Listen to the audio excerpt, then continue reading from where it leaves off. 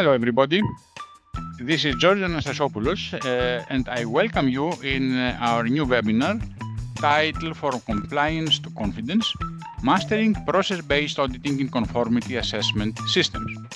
I'm PJLA's Technical and International Business Development Manager, and this is our 8th webinar in the row.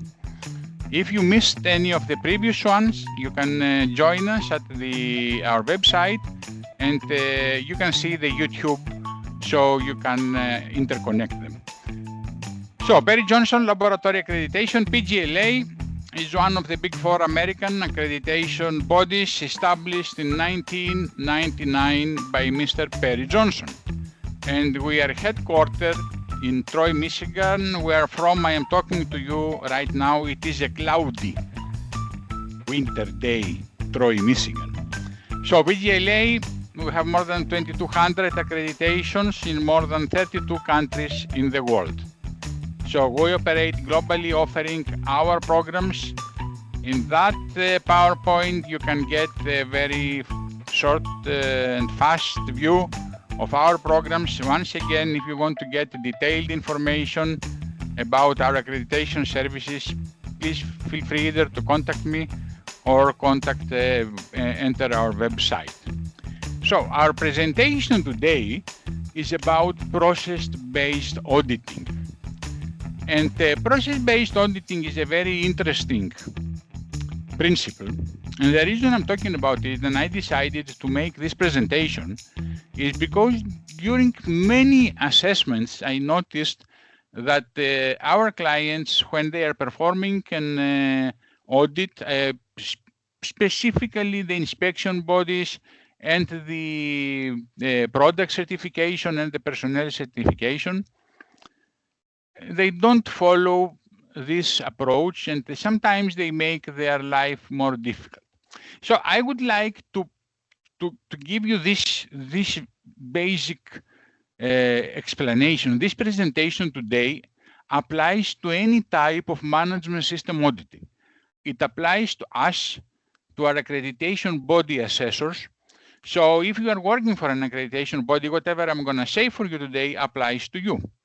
Also, it applies for any type of management system auditing. So if you're working for a management system certification body, or for a personnel or a product inspection, applies to you. But even if you're working in a laboratory, testing or calibration, or a medical laboratory, you are performing internal audits of your management system. So again, whatever we're going to say today applies to you. So this is very wide topic.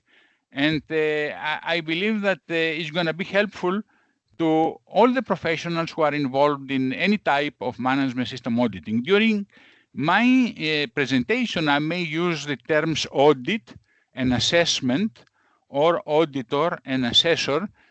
From the point of view of my presentation, it does not really make any change.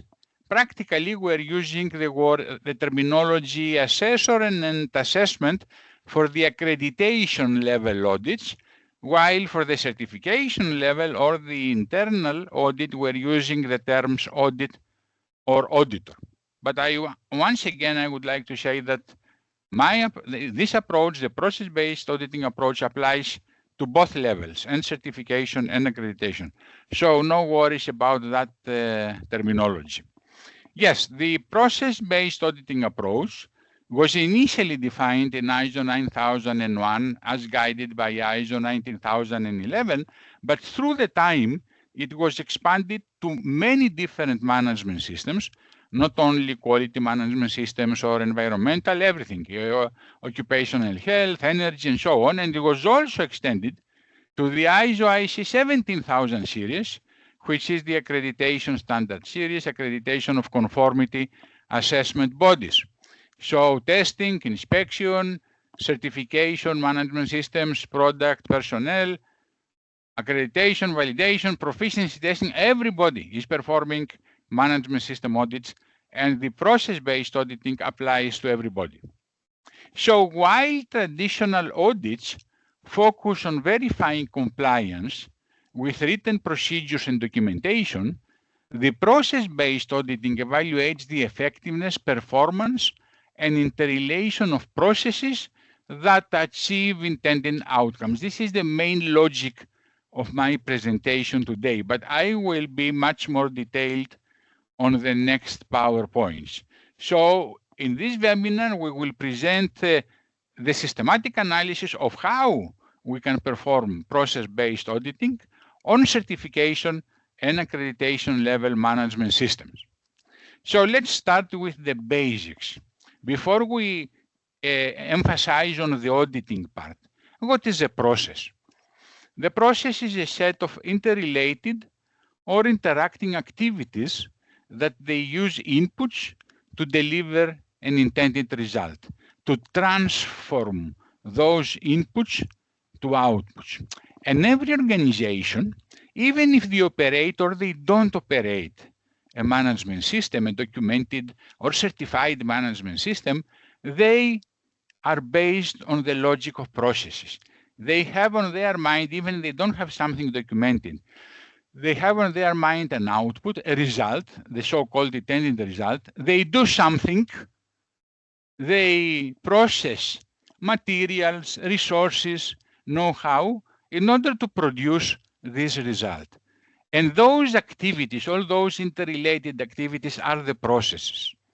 So inputs and outputs, they can be tangible.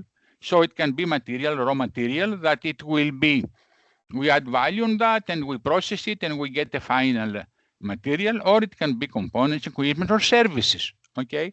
Data, information, knowledge. Everything applies to this general approach. And what is the process approach? Process approach is one of the core quality management principles that it was introduced again through the ISO 9001, but then extended to all the family of management systems of ISO. And the process approach is defined as a consistent and predictable results that are achieved more effectively and efficiently when activities are understood and managed as interrelated processes that function as a coherent system. So we have a system, and this system consists of many processes, interrelated processes. So the management system consists of the interrelated processes, and I repeat, even if somebody is not certified or accredited, any company that is there alive in the market producing a profit, they are based on successful processes. Because if they were not successful, they could not produce a service or a product that there is a client who will buy it. So the processes are always there. The management system consists of these interrelated processes. And when we starting standardizing the processes, so we want to achieve a result that every time we perform a process, it is in a consistent way, and we can get a specific, consistent quality of a product, of a service, then we start standardizing our management system. And this is what we call ISO 9000, or we call it accreditation system, and so on. So understanding well how results are produced by this system enables an organization to optimize the system and its performance. So everything we do is for improvement. We want to improve our management system. We want to predict the quality of the service, because if we have a consistent service or a consistent process, then our clients will like it more, will be more happy. And if the clients are happy, we are also happy. Okay, so the process approach includes establishing the organization processes to operate as an integrated and a completed system. And as I mentioned before, the management system is the mechanism that integrates processes and measures to meet objectives.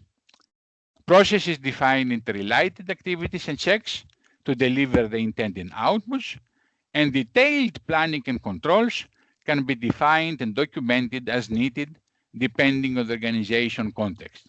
So everything is based on the processes, and then we develop the targets, the objectives, the activities, the checks, and the controls we need to achieve the result we want. When we're standardizing everything, then we have the completed management system. That's about processes. Don't forget that when we say processes, we do not automatically mean documented processes. It is just what we do. Now, if you describe what you do in a flowchart, or in a diagram, or in a Word, a procedure, then you develop a documented process. But the logic is not the documentation, the process of the process, but the logic is to understand the process. So even if it's not documented, you have to know what are the expected outcomes. Now, the next step is auditing processes. Why auditing processes is very important, but also why it is very difficult. Because when we audit processes and not procedures, you remember when we starting documenting everything, it becomes a procedure, we are more flexible and we introduce less bureaucracy on the company that operates the management system or the conformity assessment bodies if we are talking about the ISO 17000 family of standards. But this flexibility provided to the management system owner is introducing difficulty to the management system auditor. For the management system auditor, it's much easier to have everything documented, to have procedures, flowcharts, records, everything in there. So he's checking papers and he does not have to think or to understand the process, but this is not the appropriate approach when we are auditing processes. So the difficulty for the management system auditor or assessor in accreditation level has to do that you have to understand what are the processes of the organization you are auditing. And if they are not documented, it is more difficult. And you say, okay, you may ask me if they are not documented, how am I going to find out? And there is another basic tool of auditing, which is interviews. You talk to people, you ask them to explain you what you do here. Oh, you have this raw material and what is happening to produce the final product. And they will explain you. So by talking to people, by reading not only, as I say, the manuals and the procedure, but also by listening, reading what they say to you, you understand the structure of their work and you understand the processes. And in order to understand the process and audit it successfully, you have to understand what are the intentions of the process, what they are doing over there. This means you have to understand what are the inputs and what are the expected outputs of each process. What is the intention, as I say, of the conformity assessment body or the organization? So when you understand what are the outputs and what are the inputs, then you have to understand what is happening in between in order to achieve the expected outputs. And that's why the competence of the auditor or the assessor is not only important on the level of knowledge of management systems, but also on the competence of the auditing processes. So if the auditing process for me, that I am an accreditation assessor, is a mechanical test in a testing laboratory, I should have experience on mechanical tests. I am a mechanical engineer, I do. But if I go to audit microbiology tests, for example, I may have difficulty because although they can explain me the outputs, I don't know and I don't understand the process in between. So competence for the auditor will combine knowledge and ability to apply this knowledge related to the management system standard, certification standard or accreditation standard, but also knowledge, competence on the topic of the field of the assessment or the audit. So in my PowerPoints, my logic is not to read you sentence by sentence. You can do that when I'm talking to you and explain you. But also at the end of my presentation, you are always welcome to send me an email. You will see my email at the last PowerPoint. And I will be happy, either me or my organization that we are organizing, where you registered for this webinar, to provide you a copy of the PowerPoints. so you can have time to read it again and again. But my intention is for you to understand the meaning, what is behind these PowerPoints. So this diagram that I present right here, in reality, is assisting auditors and assessors to understand the sequence of auditing a process. And the main, as I told you, purpose is to address exactly everything is in between the input and the output. And this can be what are the criteria that they apply, the methods they apply to perform the process, what are the indicators, if there are indicators, to measure the controls, quality controls involved in the process, competence requirements, resources, and so on.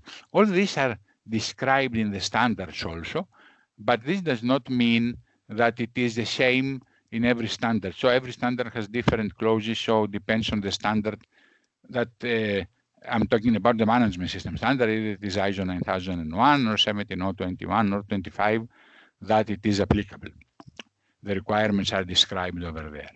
Now, when we audit processes, the fundamental concepts are described on this PowerPoint. So we have two types of auditing. As I told you, the traditional auditing, that it is based on going through the procedures and the records of the organization we are auditing, assessing, and the modern way of auditing, the process-based. So let's see the aspect of focus, for example. On the traditional type of auditing, we check compliance with documented procedures, manuals, and records.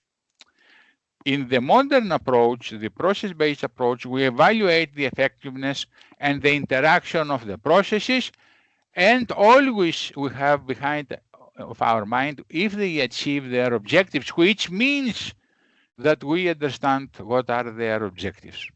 And sometimes it's easy, sometimes it's difficult. So the first real task for the process-based auditing is understand what is the objective of the process, the expected output of the process, and how this can be achieved. The second part about the objective is that in traditional auditing, what we do is just we try to verify conformity with the prescribed documentation again. So the procedures say that you have to achieve that. Okay, procedures, they're still there, okay, and they help. But what we're going to do when there is no procedure, as I told you. So in this case, we verify performance, effectiveness, and continual improvement of the processes. So we see that we want to see the processes happening. That's why the management system cannot be only audited through document review. Because how are you going to check that for example, the operator has the competence to perform the process? You have to see her performing the process and working on site. You have to see that the right usage of the appropriate resources. You have to see that if the appropriate controls are taking place. And what is the philosophy behind this? While in the traditional auditing, we are always asking, are you following the written procedure? So we say, write it and do it. That was the old principle, okay? Now, what we say is your process achieving the result? So in this case, I don't care about what documentation you may have. I care if you're delivering. Are you delivering the intended outcome? If you can deliver, you are successful. And for this reason, even the ISO CASCO, the technical committee of ISO that I also personally participate in many working groups, on the management system, for example, element of the ISO 17000 series of standards for the accreditation level, we removed many of the documentation requirements. For example, manual is not there required, quality manual for the labs or conformity assessment bodies. There's no requirement there for procedure for example, internal audits or document review and so on. Many procedures were removed because the procedure now is not required. What is required is the output. So if you see, for example, on the ISO 17000, 1725, 17020 standards for accreditation, the last clause, usually 8, which describes the management system, it provides requirements, for example, what you are expecting as the output of a management review, or you are expecting as the output of an internal audit, but it does not say you have to have a procedure. So in reality, you can do it as you want. What we have to check if you are achieving your intended results. So even the standards now, on the ISO level, the management system standards are designed on such direction. They are reducing the requirements for procedures, documentation of processes and procedures, not everywhere. In the critical elements, they are still there, but in many cases they are removed. And the standard describes the output of the process, what is the expected deliverable of each process. Now let's take a look on the audit trail and approach. So in the traditional auditing, what we used to say as audit trail, start from documentation, manuals, SOPs, records, and go one after one what they describe and see if it is performed. So the method was this close by close approach, or you have a very detailed checklist, which is copy-paste of the standard, and you follow that. And the evidence that it was required on the traditional approach was to find out if there are if the procedures are implemented in the appropriate way, and if there are appropriate records are completed. Now, I don't say that it was wrong. Okay, we did it, and I did it, and I was trained like that 30, 40 years ago. You can guess how old I am, but the important thing is change our approach. And on the process-based auditing, this approach starts again, as I explained to you before, from understanding the outputs or results or expected deliverables and go backwards. So I have to understand what is the expectation, and then I will check going backwards how you can achieve this outcome. So you have to know and understand the process, as we call it, the BDCA cycle. Input, processes, outputs, results. So this is the logic exactly that we are expecting in the auditing processes methodology to define your audit trail. So what are your inputs? What are you doing in order to achieve the outputs which satisfy the expected results? And I want to emphasize on that. You cannot perform a process-based auditing if you don't understand the processes. And I see even now many auditors, or in the accreditation level, or in the certification level, because they are not appropriately prepared, or they are not competent always on the subject they are auditing, to stick on the procedures again and stay all day in an office and go through records and ask the quality manager, bring me that folder, or check on the screen on the wall and check all the day and spend all their day on records and procedures, which is the old method. What you have to do, even if you are not prepared, get yourself out of the office of the quality manager or the meeting room and go on the production line, or if it is a laboratory, on the testing area. Increase your time on the area, even when you perform management system audit. So if you are performing, for example, an assessment of a testing laboratory, yes, I know you have time assigned in your checklist on your time plan to see some tests on site. I'm not talking only about that.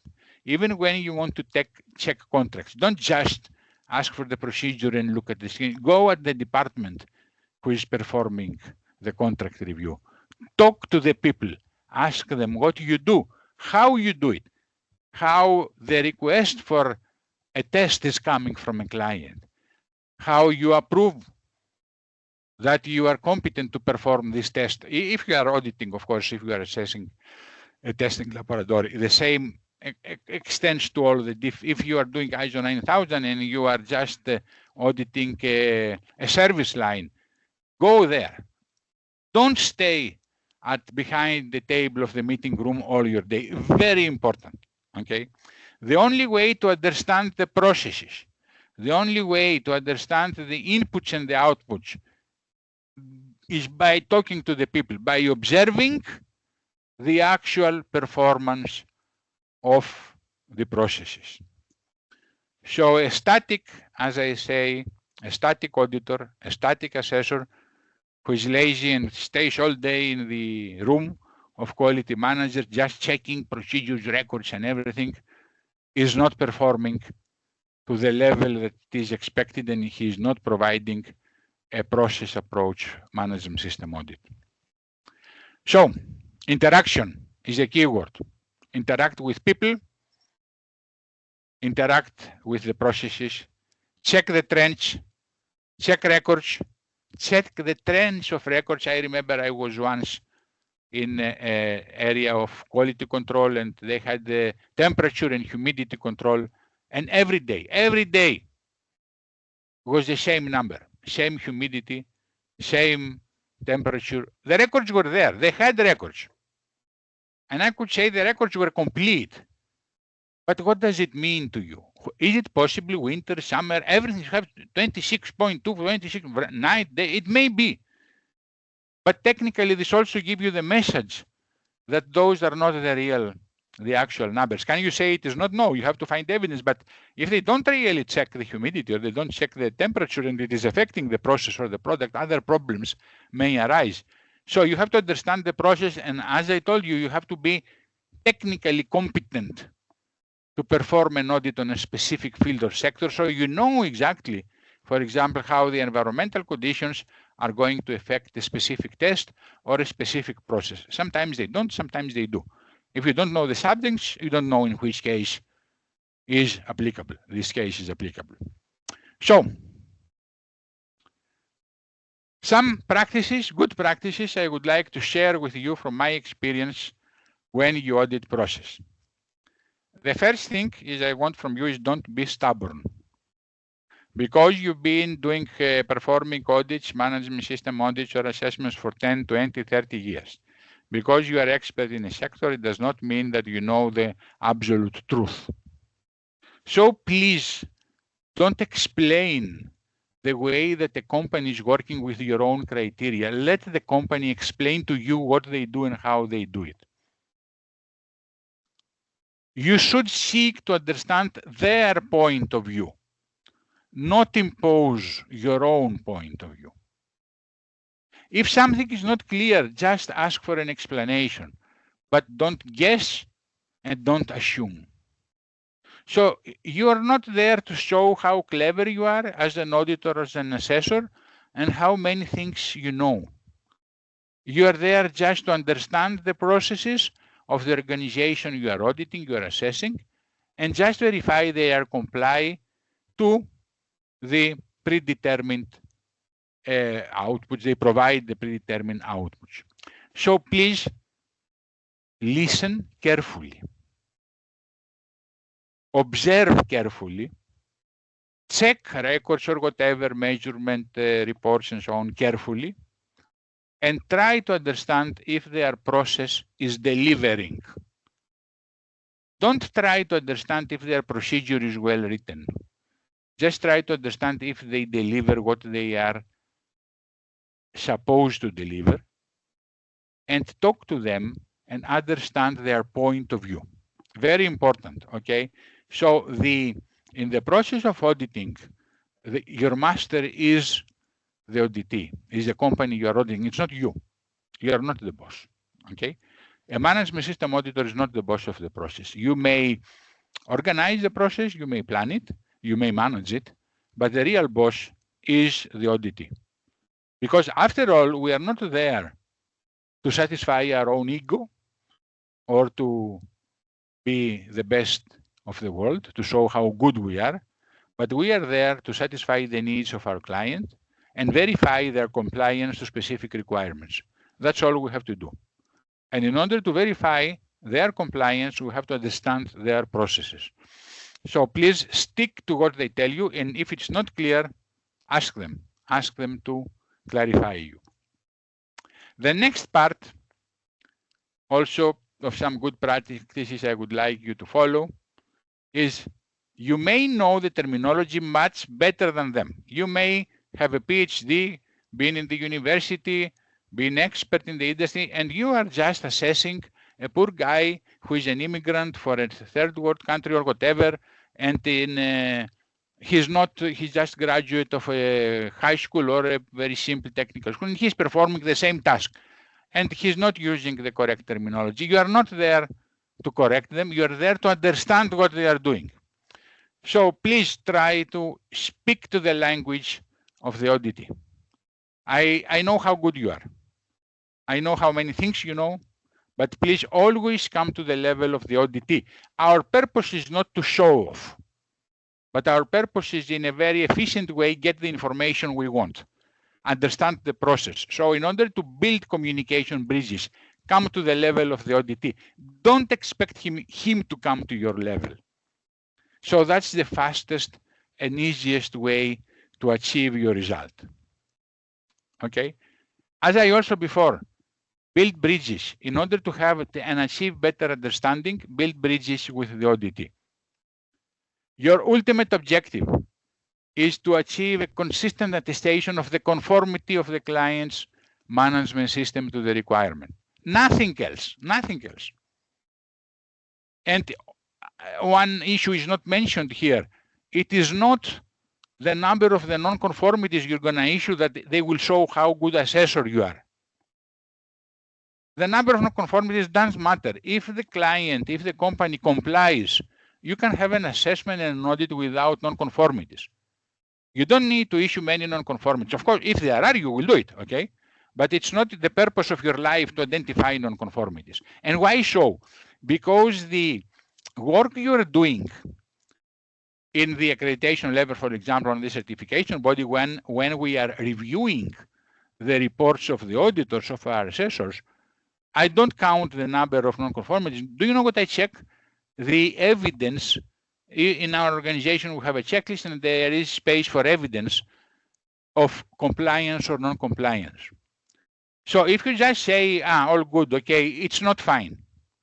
We need to see the evidence of compliance. So if your evidence of compliance is there, to whom you spoke, what is the process you identified, what are the expected output of the process, what is the instrumentation used, was that instrumentation calibrated? So, and you write that on your evidence, and we're fine. So this is the proof you're doing a good work as an assessor, through your notes of the evidence, the objective evidence you are collecting. And you are required to collect objective evidence of compliance. And if you don't find objective evidence of compliance, then you have objective evidence of non-compliance. So even if I see a report without non-conformities, if all of the evidence of compliance is there, I'm very happy with my assessor. And I will say, okay, go on, you are great, you are doing a great job. So I repeat once again, it's not the intention of the management system auditor to identify non-conformities. It's his intention to verify that the processes are delivering the output and keep notes about it, objective evidence. And then we are fine about this. This is what we say here on the line that say the audit don't lose sight of the conformity assessment body achievement or intended results, the output of the process, okay? So that's about this group of practices. There is another group of practices, good practices here. Keep close eye on the information provided by the auditee, and especially on any information where the auditee defines the interaction of the process. It does not say keep eye on the details of the procedure. It says on the information provided by the auditee. It means you are talking to somebody. Talk, okay? Don't stay in the office writing records, checking only records and procedures. Understand the processes, okay? The interviews should be performed in such a way that the auditors and the assessors can determine the outcome. How many times I said that, okay? Because you want to check that the processes deliver the intended outcome. And then we are happy.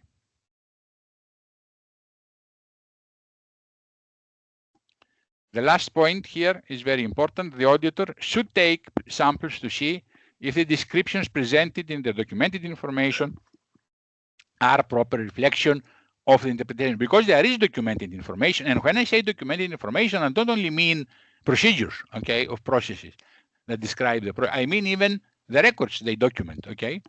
As I told you, there was a record of temperature and humidity, and I had to check it. Although there was a record, it was not a good record.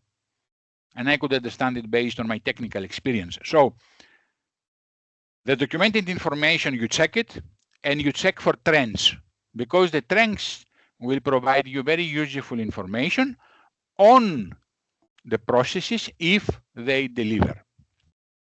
Now, time is passing by very fast. Very interesting topic. I would like to give you an example. I can give you hundreds of examples, but I don't have time. And I choose the laboratory according to the standard ISO EAC 17025 that sets the requirements for competence, impartiality, and consistent laboratory operations, either if we were talking about testing or calibration lab. So we want to perform a process-based auditing. Where should we focus in this case? First point, every lab activity is a defined process. Now, if the lab is using standardized methods, for example, an ASTM standard, a BS standard, whatever, in this case, your case is closer to the old type of auditing, because the whole process of the testing is described like a procedure. What is a technical standard is the procedure. If it's not though, or parts of it are not, then you have to see the methodology they're using. And in this case, the standard says you may need validation, because the lab is allowed to use non-standard methods to develop their own methodology and so on. Still though, evidence is required, and you have to check all this evidence if it is appropriate. Also, follow the test calibration flow. Start from what is the test request. As I told you, interaction with the client. How the lab is going to get the test request. Is it a third-party lab? Then it means the external client, somehow they have to have a contract, they have to have an agreement and so on. Sometimes we are talking about internal laboratories in a big factory that they perform quality control, and then they have an internal client. They don't have contracts inside the same company, but what they do have, they get internal notes or memos or whatever from the other department that it is their internal client. So I understand how the request is coming, how they select the method if it's not defined by the client, what equipment they are going to use, and many times they have options. If the equipment is in appropriate condition, calibrated and so on, what data is going to be collected, and how they process this data, and how they report this data. Many times I find gaps in this process. So you can see that they have very good equipment. It is automatic. For example, the equipment even calculates the uncertainty of the measurement. They don't know how they do it. They don't even know if a parameter changes during the equipment or the test, that the uncertainty will be affected. So all the elements are critical, because when they're going to issue a calibration lab is going to issue a certificate, they should include an uncertainty which is a correct one. So if parameters are changing during the process that they don't control, you are going to get the wrong uncertainty. And this is because they don't calculate the uncertainty based on all the parameters, but instead they are using a pre-calculated methodology that if the parameters of the measurement of the testing are changing, then they get wrong uncertainty. So you see the deliverable is long, and the procedure they have is correct. So they have a nice procedure, they use a standard, but they get a wrong result. And they get the wrong result because they don't control all the parameters that they are affecting. For example, in the example I gave you, the uncertainty of measurement, that things are changing in the process. They don't understand because they don't have the appropriate competence. They don't calculate them, they get wrong result. Although the equipment is perfect and the procedure they have, the methodology of performing the test is very good, or the calibration. How are you going to find out? Only if you go there and observe it. How can you understand it, that there is a problem? Only if you are competent auditor or assessor. So, like it or not, we should audit or we should assess processes that we understand. It's not that we pre-know because each process is defined by our client, but we understand. We understand the mechanics of it, the science behind it. Okay. Next part, evaluation should cover controls of inputs. Samples. How are you preparing your samples? Because sometimes the assessors don't pay attention. Okay, let's see the test, and that's fine in the case of the lab. But how did you prepare your sample? I've seen in the past that the test process was very good, but because the lab, it was in a peak season, receiving many specimens, and the preparation process was very long. They were reducing, let's say, the time, and they were doing shortcuts. In reality, they were breaking the process. So the instrument was there, the procedure was there, but the procedure was not implemented in an appropriate way. Not the testing was done very well, the preparation. So samples, preparation of samples, standards to use, equipment to use, measurement traceability, validation, uncertainty, as I told you. And then, of course, how you process the results and how you develop your reports, and if they are checked and accurate. Of course, all this is described in the standard. I'm not telling you something new. I'm just saying you the flow of the process, that it is expected, and you have to understand all of the different. Actually, this is a process that it is based on many different smaller processes. All this preparation of sampling, measurement traceability, equipment control, and so on are different processes. And when all of them is like a big puzzle, they connect correct, they provide a good result. Then, links to management system processes, purchasing, corrective actions, continual improvement. Many of these processes are not taken care, or no, the client, in this case, the lab, they don't pay attention. Okay, but they are there, and we have to check them. So we have to understand what is the, about purchasing, I talked to you earlier, I don't want to repeat this. Corrective actions, internal problems. I say we never had any problem because they never introduced in the logic of continuous improvement. So it is your responsibility, again, not to find a non-conformity, but to understand if they do the appropriate steps to perform their process, and if their process-related corrective action or continual improvement is delivering. And finally, last but not least, effectiveness judged by technical validity, repeatability, and turnaround time. So the effectiveness of their processes is judged based on objective evidence. It's not judged based on your opinion. I see many times they say, okay, we are doing, I remember in the case of a mechanical testing laboratory, they say we are checking our instrument not only through official calibration that it is happening once per year, but we are doing intermediate controls. And on those intermediate controls, they were implementing processes self-developed by the lab to perform this, let's say, internal calibration. It was not calibration, but an internal check. So you have to be in position to judge their technical validity. Is the technology they are using correct? Are they technically valid? I am not asking here for a validation study, but I am asking for you to understand the process they follow. And if this is technically sound, scientifically sound, and if it is delivering. So then you can say, yes, that's fine, I understand it. Let's go to the next step. So that's about this small example. And before we finalize my presentation, my 45 minutes are already passed, I would like to remind you, it says, the PowerPoint says ISO 17000 series, but applies to all management system. Remember, the process-based auditing replaces checklist auditing. It does not mean that you should not have checklist. What I say is that don't just stay on the checklist. Insist on the checklist. Yes, you can have checklist. You can use checklist. First, your checklist does not have to be 120 pages. I'm joking, okay? I know it depends on the complexity of the system, but what I want to say is that I see that many organizations, they just copy paste the standard to create a checklist.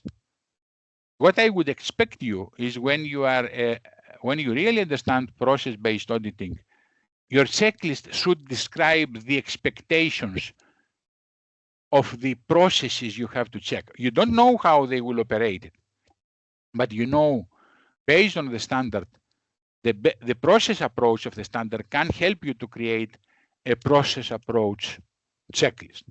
Now, what is the problem? The problem is that, for example, if you are performing such an internal audit, you are an internal auditor of a conformity assessment body, and you develop such checklist not to forget parts of the process. So that means that when you develop your process-based checklist, you have to be very experienced on that, or leave it to experienced people. The second is that if your accreditation auditor assessor comes and asks you to see a step-by-step approach because he's not aware of the process approach, and he's old school auditor going by the book, it can create you problem. So even if you are a conformity assessment body, certification body, laboratory, when you choose your accreditation body, don't just stick on the price or whatever. You have to examine the competence, the experience of their assessors. And that's what we do here, for example, with PJLA. For us, it takes very long for somebody to become PJLA assessor, and not because we are strange, but because we want to see our assessors many times in practice to understand that they know they have experience, not only went to a 5-day course, but also they have practical experience, and the most important, they can understand processes. So if an assessor is not well trained or an auditor, they can make the life of auditees miserable, and it's not correct. This is not professional approach. So the process-based auditing does not only require for a company, a conformity assessment body, to develop a system based on processes, but requires either the auditors, either internal or external, they understand how to audit processes, which means very well trained, very well developed assessors. Definitely, the logic that governs every conformity assessment function, and I could say every management system function, is the PDCA cycle audit. Logic. And you have to understand this logic of improvement, continuous improvement, because the whole logic of the system in this approach is the improvement. It's not a static approach to satisfy a few procedures, but it is delivering appropriate deliverables, outcomes, and achieve continuous improvement. Risk-based thinking, I didn't emphasize. We had a webinar regarding risk-based thinking a few months ago, so you can find it in the YouTube. Risk-based thinking ensures resources focus on significant risks to impartiality, competence, and validity. And although most of the standards, the management system standards, do not require to implement a specific risk analysis methodology, they require you to think based on risk and evolve your processes in order to reduce risks. And this is a very good tool, because when you introduce a new process, you may think, okay, what risks am I also introducing with that? And this is very important for the design of your process. And finally, the outcome of every process-based audit is not just conformity. Remember this sentence, but confidence in results, services, and trust among users. So when, as an accreditation assessor, I am going to visit and audit, assess a conformity assessment body, a lab, an inspection body, whatever, do you know what's the important thing for me?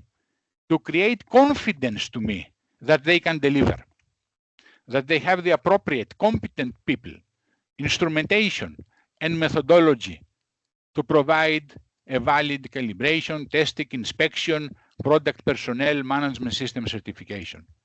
The confidence is the keyword, not just conformity. Because the operation of the appropriate processes, when they deliver the correct deliverable result, what is that doing? It's developing confidence and trust on the users. So that's why we also say that the modern definition on quality assurance, and I presented it again in one of my previous, not the ISO type, the official, but is that through the quality management system, introducing quality, it means you develop trust to your client, and trust means that you deliver product or services that they satisfy their needs, and they are confident to your product and services. The same way the accreditation body is expecting from you as a conformity assessment body to build confidence on the accreditation. So if me as an assessor, I'm confident that you know your work, you have the appropriate instrumentation, and you can provide the appropriate deliveries, then I can trust you. I can trust you that, yes, you will get the PJLA accreditation, you have the PJLA logo in your certificate, and you will be successful. And many times, many clients will change a little bit. Why, George, why you don't provide management system accreditation? It is very profitable. And we say, yes, we provide accreditation for all standards and many programs. We don't provide for management system because in many areas of the world, we can't develop confidence. We don't have trust on the system. There is a mechanism over there or their mentality that it will produce non-valid certification processes and so on. So we will not be in position to have trust, confidence on our accreditation. So this is last PowerPoint.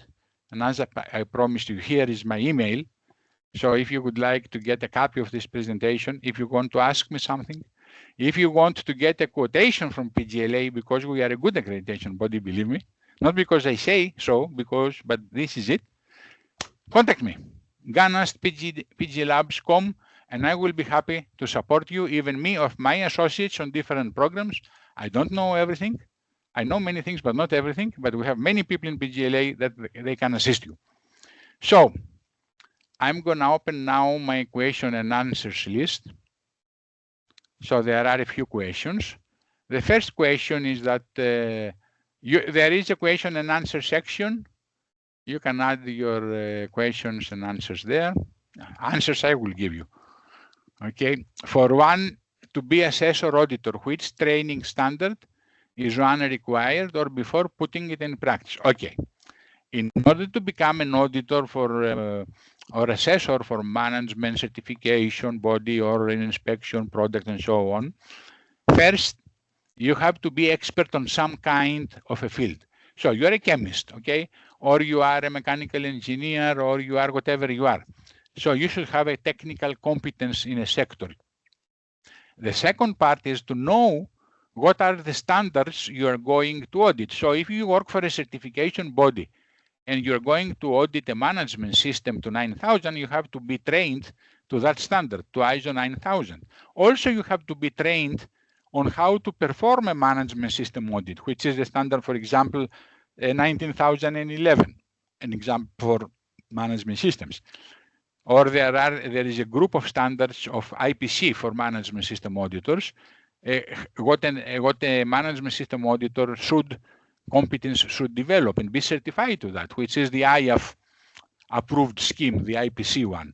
So there is a world out there supporting conformity assessment, supporting certification, providing training exactly for auditors of management system for specific standards. So if you are auditor of a management system, you are not a super auditor for everything. You are auditor for a specific management system. So you need to have training for both for the how to perform a management system audit or assessment, and how to what standard. You have to be trained to that standard. Plus also, you should have the appropriate experience and skills on a specific sector. Of course, training is not enough as an auditor. I just mentioned the magic word skills. You have to work as trainee and so on, develop the experience that it will lead you to become an auditor or a lead auditor. And that's about the first question. The second question, is this process-based auditing approach accepted and promoted by major accreditation entities, or is this a proposed approach when you're a consultant auditor helping companies? No, it is both. Okay, but first, it is not only for accreditation. It is for any type of auditing, as I told you. You are performing an internal audit. You will help your company if you perform a process-based audit. Is this something new? No, it's not something new, because the process approach was introduced from ISO 9001 more than 15 years ago. So the problem is that it is more difficult for an auditor and an assessor to perform a process-based audit than a traditional procedure and document-based audit. But as I told you, our existence, the auditors, the existence of auditors, the assessor, the certification bodies, and the accreditation bodies is to serve the market, to serve the client in a better way. So, is it accepted and promoted by major accreditation bodies, systems? It should. Does it happen? No. But that's why you have to choose wisely, and now you know. So if, for example, you talk to me and you say, George, we want a quotation from PJLA. By the way, are you performing process-based approach? If I don't know to reply to this question, it means I don't even know what it is, process-based approach. So how should I implement it? Okay. Now, it's not proposed by an accreditation body. It is not proposed by a consultant. It is there. It is there when the first management system introduced the logic of the process approach. So you have to learn how to audit or assess processes and not documents and so on. Now, that's the fact. It's not a consultant invention. It is not an accreditation body invention. It is a fact of the modern type of management systems. And in ISO, where International Organization of Standardization, where and also participate on the high-level committee that we define the common elements that are included on all, for example, accreditation standards. When you develop a standard on ISO, automatically the rule of process approach is in your mind. As a standardizer, I mean, not as inspector, not as an auditor, not as consultant. So the standards are designed by International Organization of Standardization based on the logic of the process. So automatically that means that they have to be audited. They should be audited based on the logic of process. Unfortunately, this is not the case. And that's why that was an opportunity for me to develop this presentation, because I know that in the market, many people feel uncomfortable with process approach and process approach auditing. I don't see any other questions. So anyway, here is my email once again. You can contact me. Ask for the presentation. Contact Kristen, who is the organizer in PJLA of the course where you registered, and we will be happy to serve you. And we will also be happy to see you joining us again in one of our future webinars. It will be the next one. We will be early January after the New Year celebration. So I want, with this occasion, to wish all of you season greetings. Have a great vacation, holiday, whatever you have time for New Year, and whatever other religious holidays you serve. And I will be happy to see you again in January. Take care, everybody. Goodbye.